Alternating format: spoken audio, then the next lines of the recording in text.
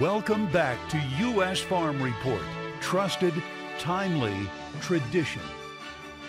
Welcome back. Well, some big news shaking up the livestock industry this week. That includes Tyson announcing that it's continuing to struggle with its poultry business, and it will shutter 4 more facilities later this year.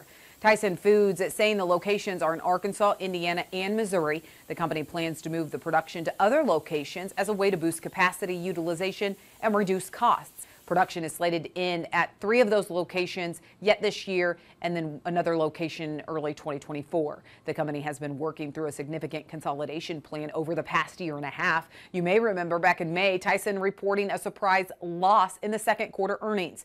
Monday, well, it reported another $400 million loss in Q3. However, the company still expects revenues above $53 billion.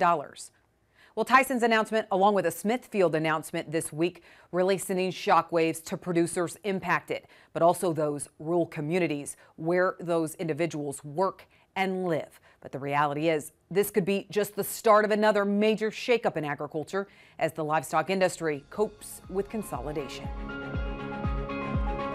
Tyson Foods announcing it's shuttering 4 poultry processing plants later this year and into 2024. And Smithfield Foods says it's closing more pig farms in northern Missouri.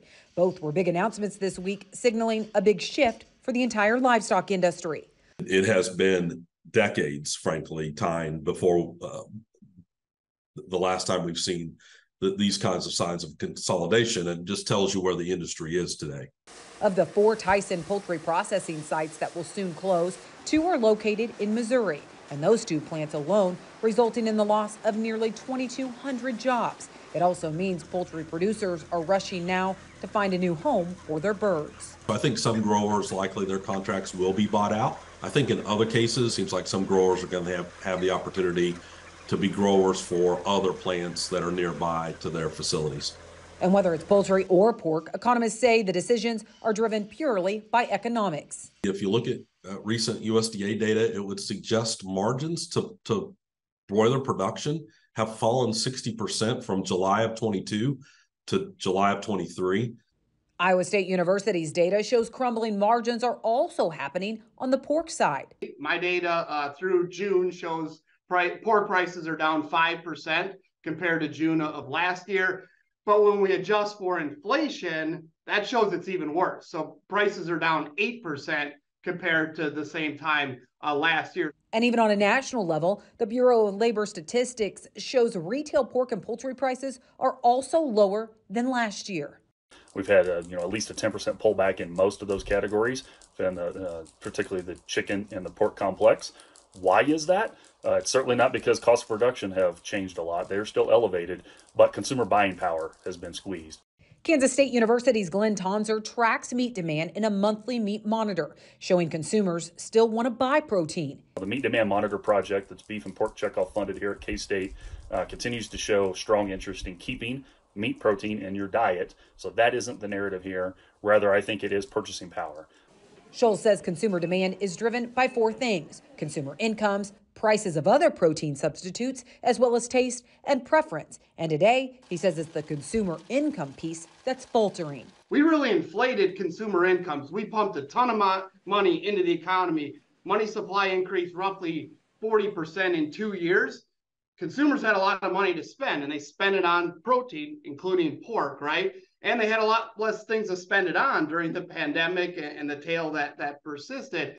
And now that incomes are tightening, inflation and higher interest rates are also impacting how much protein consumers can afford to buy. It's not just pork, but in particular, when we look at pork, this is the 3rd consecutive quarter that we've seen pork demand below year-ago levels. And so while 2022 will really stood out as a very strong pork demand year and really helped offset a lot of the higher costs we had, we're starting to see that pork demand decline.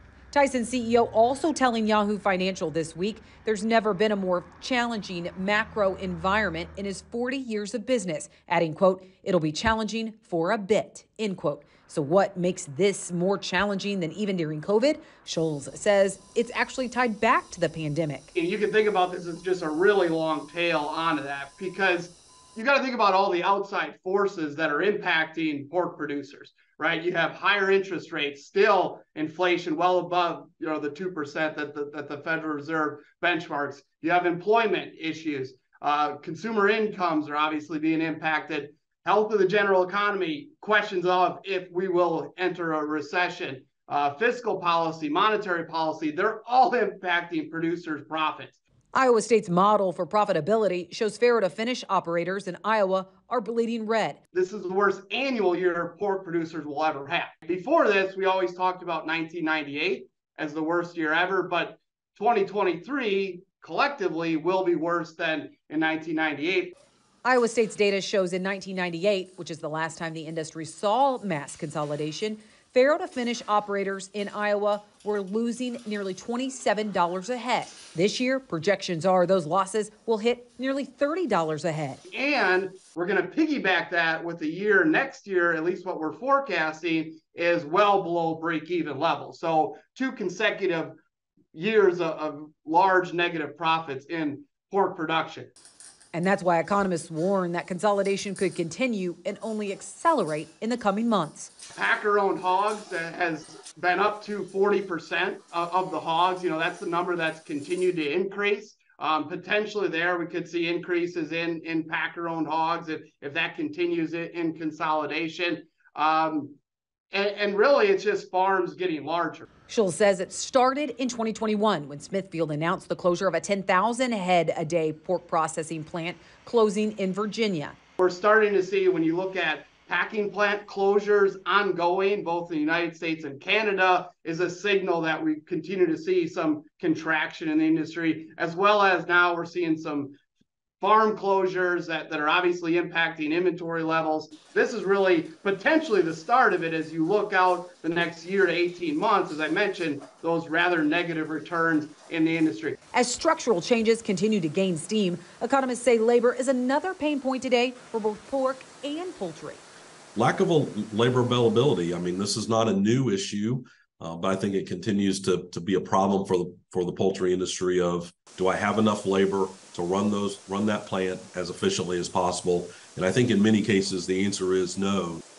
Now, as you just heard, there is a demand problem, but it's also consumer spending and inflation that's impacting that demand. So we'll take a broader look at demand across the board with Joe Vaklovic and Matt Bennett next.